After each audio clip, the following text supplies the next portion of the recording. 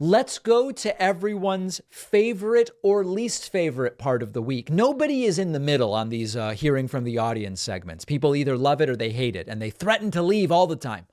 I want to hear from some of the most important people to us, the viewers, because otherwise I'm a guy in a room with a microphone and some lights, and it would be really sad. We take calls on Fridays via Discord. You can find the Discord at davidpakman.com/Discord. Let's start today with Mark from San Antonio, Texas. Mark, welcome to the program. What can I do for you today? Am I unmuted? You are unmuted and coming through loud and clear, sir. Great. Thanks for taking my call again, David. I don't know if you saw yesterday, but Kari Lake again had her lawsuit tossed out, and I'm just starting to think more and more that unlike Marjorie Taylor Greene and Mike Pillow, I don't think she's a firm believer. I think she's just nothing but a grift, and I wondered your take on it with each subsequent appearance she makes on media. It just seems more and more like she's just a really polished news person that's giving a polished performance, however horrifying that might be. I tend to agree with you. And one of the comments I made earlier this week was, if she had been unable to grift any money with this stuff starting in November, she would have stopped by now. The reason that it continues is people keep donating. And now, even though it's being called the last ditch that was now thrown out, she's now saying she's going to try to get it to the Supreme Court. And she even said, you can still keep donating. Even though I'm not here asking for money, you can keep donating. I believe that with Kari Lake, it is a grift. I don't think she believes any of it for a second. She knows Katie Hobbs won. Maybe she believes some element of how the election was run was unfair. But the idea that she's continuing to fight to be made the governor, it's like, that's not how it works. It's not going to happen. I agree with you that Kari Lake is a grifter.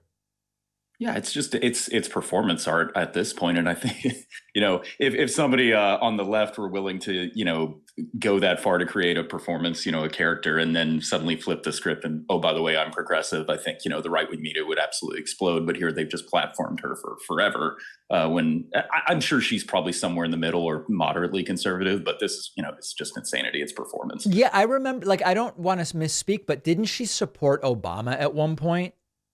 Yes. Yeah, that's Kari Lake supported Obama. Obama backing Arizona news anchor became a MAGA darling. Yep, well, it is what it is. Listen, how's that San Antonio Riverwalk? I've never been.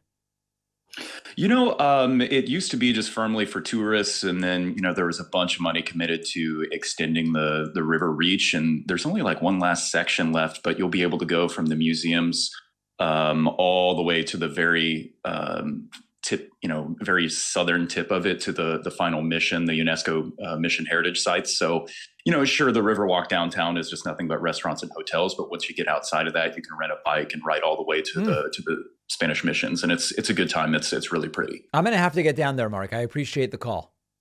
All right, thanks, David. All right, there goes Mark from San Antonio, Texas. Why don't we go next to Bentley from Utah? Bentley, welcome to the program.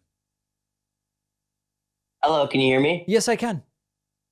All right, perfect. So I've just been looking into some other countries like Denmark lately, and I was wondering if you'd ever consider moving to a country that is more like socially democratic, Listen, I would consider it. The thing for me about, Denmark would be an easy one to go. I speak English and Spanish, and Denmark would be easy because everybody speaks English in Denmark, or most people do. I've been there. It's a fantastic country. The cuisine was great. The people were delightful. Expensive country for sure.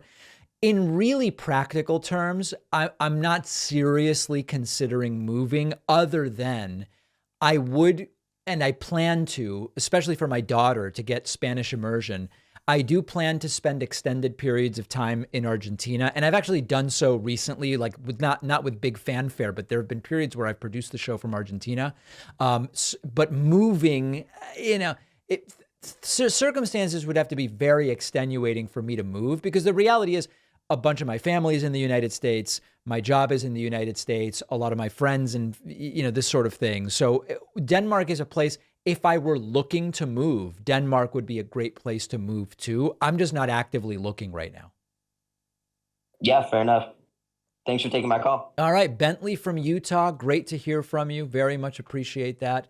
Let's go to is it Phineas? Let's go to Phineas from, is it Kentucky? Something with a K. I'm not sure.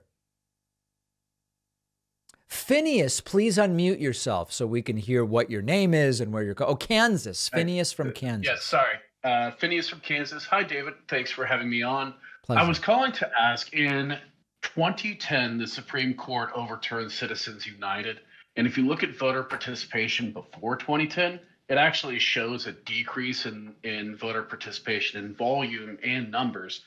And ever since then, we've seen a growth in these numbers. I was just wondering if you believe that, as opposed to supporting a party, the increased spending in elections has merely just increased voter participation, which could potentially backbite against Republicans and have an advantage for Democrats. Well, hold on a second. You said in 2010 the Supreme Court overturned Citizens United. The phrasing is relevant here because my understanding is Oh, I'm sorry, not 2010, but the Supreme Court. Supreme Court ruling. Okay.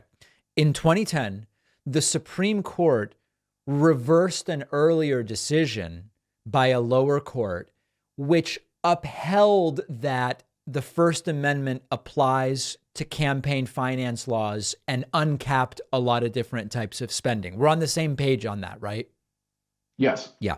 You're arguing that after that happened, we've actually seen voter participation increase, which isn't good for Republicans. So it sounds like what you're saying is, in some underhanded way, might the Citizens United decision of 2010 actually have been a bad thing for Republicans? Am I understanding correctly? That is correct. I think the difficulty of that argument is that correlation is different than causation.